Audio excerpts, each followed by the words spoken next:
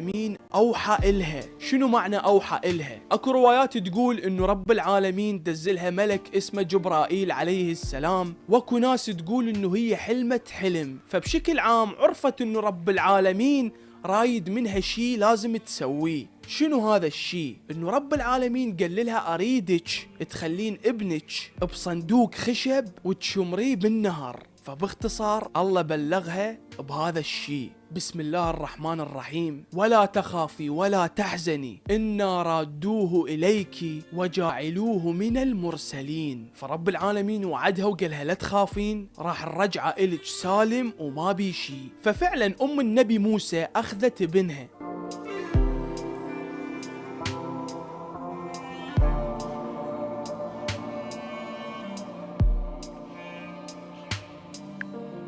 وشمرته بالنهر وعافته يروح قدامها. فهنا شنو صار بعد ما عافته بالنهر؟ ظل يمشي الصندوق اللي بين نبي موسى بالنهر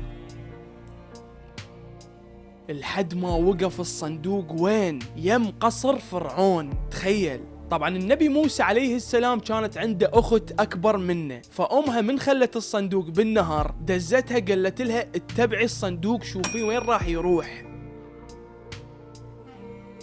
لحد ما شافته راح للقصر. من وصل الصندوق اللي بين نبي موسى للقصر شافوه الخدم اللي يشتغلون بالقصر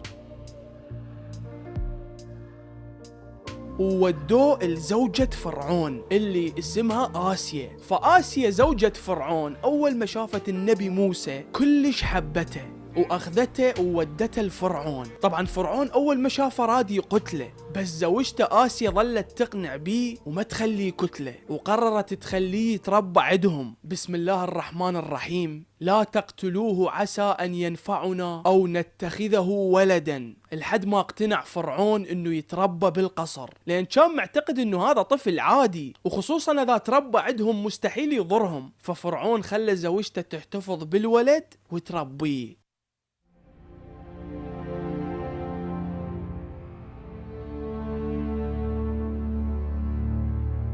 فآسيا زوجة فرعون كانت سبب كلش مهم على حياة النبي موسى عليه السلام. فأول ما أخذته زوجة فرعون كان بعده صغير يرضع، فهنا قررت تجيب له مرضعة. المشكلة كل ما تجيب له مرضعة رضعة يرفض، ما يقبل يرضع منها، فرفض كل المرضعات. فآسيا زوجة فرعون ظلت تفتر بالمدينة بمصر تدور على مرضعة مناسبة يقبل يرضع منها النبي موسى عليه السلام، لحد ما شافتها أخت النبي موسى وعرفت انه هي تدور على مرضعة. فراحت عليها وقالت لها أدليك على وحدة 1,000,000% يقبل يرضع منها هذا الطفل. فزوجة فرعون كيفت، فقالت لها جيبيها. فراحت عليها وجابتها. من هي طلعت هاي المرة؟ هي نفسها أم النبي موسى عليه السلام. شوف سبحان الله، مثل ما وعدها رب العالمين قال لها لا تخافي ولا تحزني إنا رادوه إليك. هاي بحد ذاتها معجزة. تخيل هو نفس الطفل اللي مهدد فرعون وفرعون قتل كومة أطفال على موده، هو نفسه تربى بقصر فرعون. لو مو بس هيجي، أمه بنفسها جابوها ترضعه. سبحان الله شقد رب العالمين عظيم وقادر على كل شيء. لو مو بس هيك، آسيا زوجة فرعون عرضت عرض على أم النبي موسى، قالت لها أبقي يمنا بالقصر على مود الطفل. فقالت لها أني ما أقدر لأن عندي أولاد وبيت فما أقدر أعوفهم. فقالت لها خلي آخذه وياي للبيت أني أعتني بيه. فوافقت آسيا زوجة فرعون إنه تاخذه للبيت وتعتني بيه. لا مو بس هيك، خصصت له حراسة ورجعت ويا ابنها للبيت. تخيل قام يجيها رزق من نفس الشخص اللي كانت خايفة منه لا يقتل ابنها. دا تلاحظ من ربك يريد يسوي لك شي يفر الدنيا كلها على مودك.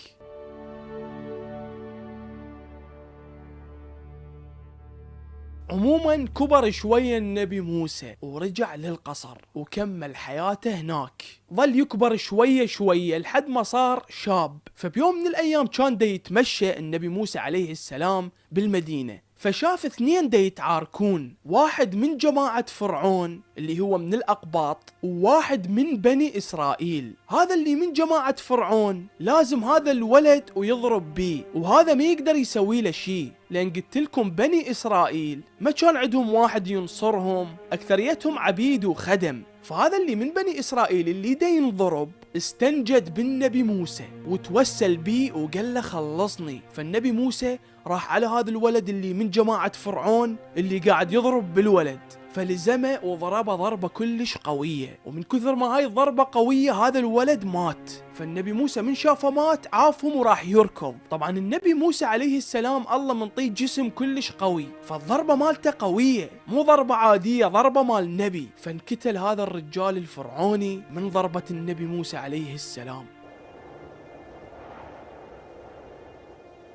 فهنا النبي موسى حس انه هو سوى شيء غلط، فاستغفر رب العالمين، ورب العالمين تاب عليه، لان هو ما رايد يقتله عن قصد. ورا فترة النبي موسى هم شاف هذا الولد نفسه، وهم دا يتعارك، وهم دا يضربه واحد من جماعة فرعون، فهم نفس الحالة. استنجد بالنبي موسى وقال له خلصني لأن هذا يريد يقتلني. فالنبي موسى عصب وراح عليهم يركض. فهذا الرجال اللي من بني إسرائيل اللي قاعد ينضرب خاف، عباله هالمرة جاي كتلة إله، فقال له يا موسى تريد تقتلني مثل ما قتلت ذاك الرجال؟ بسم الله الرحمن الرحيم. يا موسى أتريد أن تقتلني كما قتلت نفسا بالأمس؟ فهذا اللي من جماعة فرعون سمع الحكي وانصدم، فراح يركض يبلغ الناس الموجودين بالقصر ويبلغ فرعون، وقال لهم ذاك الرجال اللي لقيناه ميت ترى قتله موسى. فالحراس كلهم قاموا يدورون على النبي موسى،